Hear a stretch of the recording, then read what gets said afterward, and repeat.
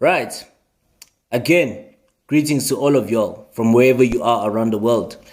I hope you guys are well. I hope you guys are good. I hope you guys are healthy. I hope you guys are taking care of yourselves. I hope you're taking care of your loved ones, and I hope you living a decent lifestyle to continue maintaining your health and understanding the fact that your body is your biggest asset. You understand? So welcome to Football is a Religion, man. If you're new to this channel, please like, share, and subscribe. And please also don't forget to also mention your comments, mention your own analysis, and mention your own predictions about games and what you also think. So today we're going to be discussing about La Liga. La Liga. Yeah, Española. It has been a pretty action-packed game, pretty action-packed weekend filled with great action from Spain. We saw on Friday night, the 3rd of November, Las Palmas took on Atletico Madrid. Yeah, Atletico Madrid.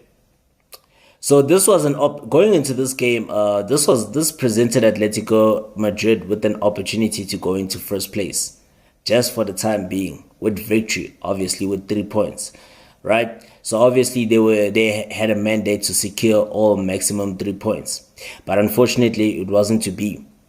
You understand? As Las Palmas were the inaugural victors of the game by 2-1, thanks to goals by Kyrian Rodriguez as well as Benito Ramirez. You understand? And then Alvaro Morata pulled the goal back, which was just a mere consolation in the early 83rd minute of the game. So this was a pretty much great game to watch, great game of football to watch.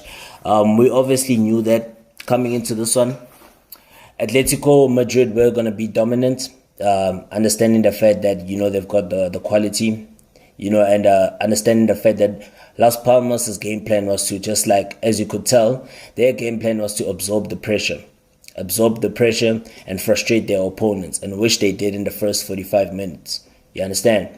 And then going into the second half of the minute, wow, Captain Kyrian Ramirez, he set the Estadio Gran Carana, in a frenzy. You understand? With the brilliant well-taken goal.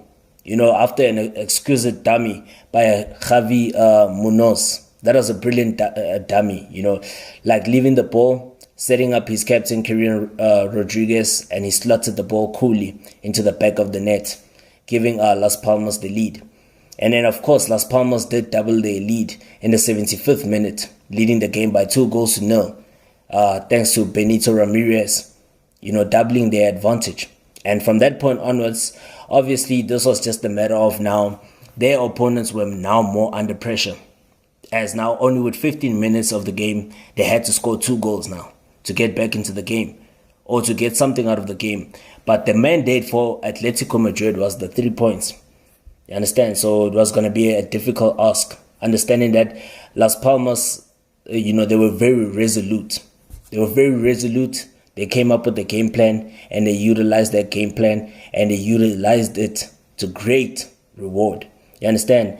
So Alvaro Morata did pull one goal back, thanks to a great assist by Rodrigo, as Morata slotted the ball first time into the back of the net, just to give Atletico a glimmer of hope of getting back into the game. But again, credit goes to Las Palmas. They held on, they stood their ground, they defended very well, they defended their lead very well, and congratulations to them. They were the inaugural victors of the night. All 3 points goes to them, and as well as the fact that they deserve those 3 points. Their performance on the day, was something very commendable, and hopefully they can build on from this result.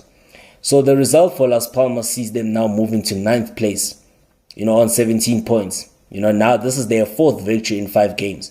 And now they've handed Atletico Madrid their first defeat in 10 games, right? And remember, coming into this one, Atletico Madrid had won 6 games in a row. They had won 6 games, 6 consecutive games coming into this one. So that impressive unbeaten run that they had following that 3-0 defeat to Valencia at the Mestalla has now come to an end. So this is now basically their 2nd defeat in the league season so far. Well, Atletico Madrid, they now in 4th position with 25 points. I guess they are like about 7 points behind Girona. Surprise packages Girona, who are now topping the table. They are also like now 4 points behind Real Madrid, who are also currently in second position. And they also trail Barcelona by 2 points, who are in third. So, yeah, pretty. It's still too early to tell who will be the eventual winners of La Liga come end of the season. But yeah, all these four clubs that I just mentioned, Girona, Atletico Madrid, Barcelona, as well as Real Madrid, are clearly making a statement. And it's only a matter of consistency. Which team will be more consistent going forward? Saturday, we saw another great game, the Basque Derby, between Real Sociedad and Barcelona, FC Barcelona at San Sebastian. This was a great game to watch. It was a great game looking forward to. Coming into this one, remember, Barcelona they were very low in confidence, considering the fact that they lost at home in the El Clasico.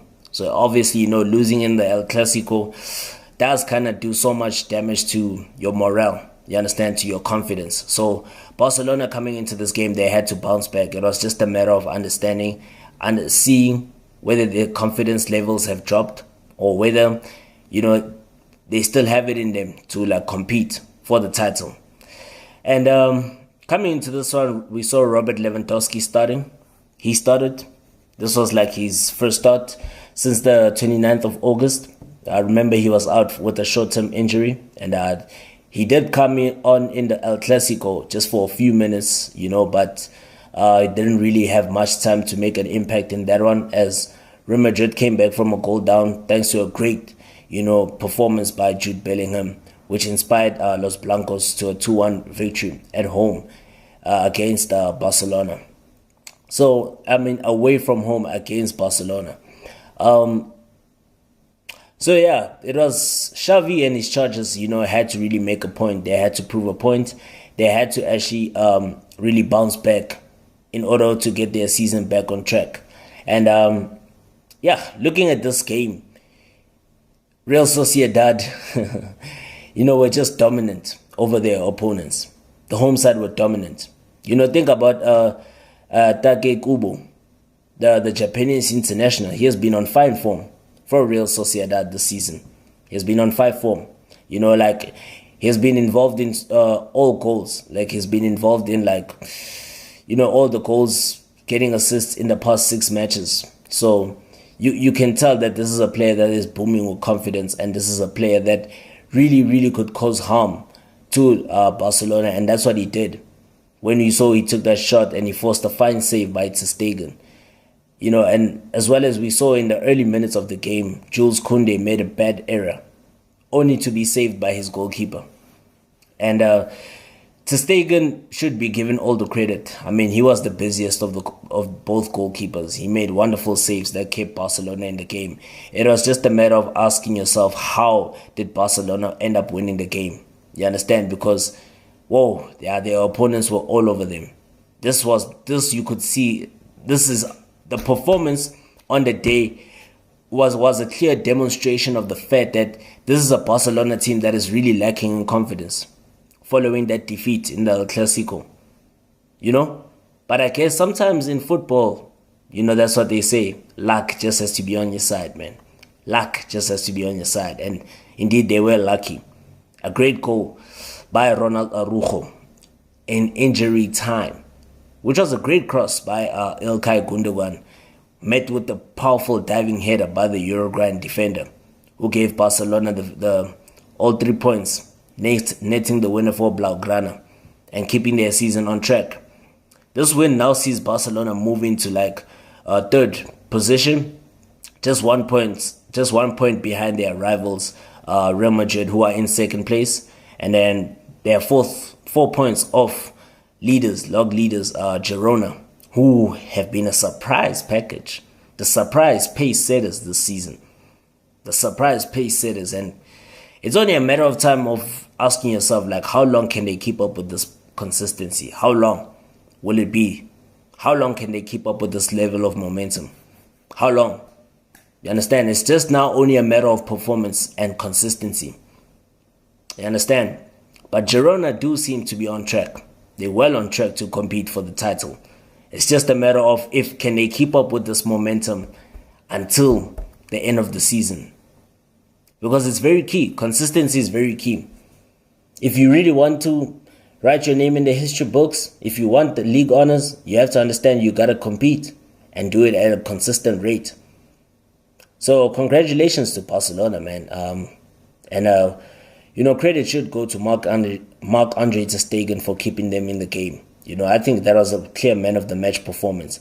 And looking at the side of Barcelona, I think Xavi's experiment of playing João Cancelo as a winger is not working at all. It's proving to be very ineffective. It's very ineffective. João Cancelo should just play where he does his best, where he plays best, which is at fullback. This experiment of playing him as a winger is really not working at all. It's proving so many times to be ineffective. And I hope Xavi will look at that and really change his way of playing, because you could see he was even in complete dismay following his team's performance. They were just lucky to get that, great goal in stoppage time, because their opponents were very dominant. They were just unlucky, man. It was just one of those days where, like I said earlier on, give credit to Marc-Andre ter Stegen. Brilliant goalkeeper, world class. Making more than 5 saves. Keeping the team in the game. Credit goes to him. Yeah. And I guess, we just wait to see how long can this continue. Xavi just needs to change his tactics, change the formation, and understand the fact that you can't always be making experiments. Just play players in their normal positions. You're not Guardiola. Understand that Premier League and La Liga are 2 different leagues. Play to the usual style that you guys play with. The Barcelona DNA. Don't change things. So I hope you guys really enjoyed the video, man. Please don't forget to like, share, and subscribe. Also mention your own comments. And yeah, man, we'll be in touch pretty soon, man. I wish you guys well. I wish you nothing but the best. And cheers.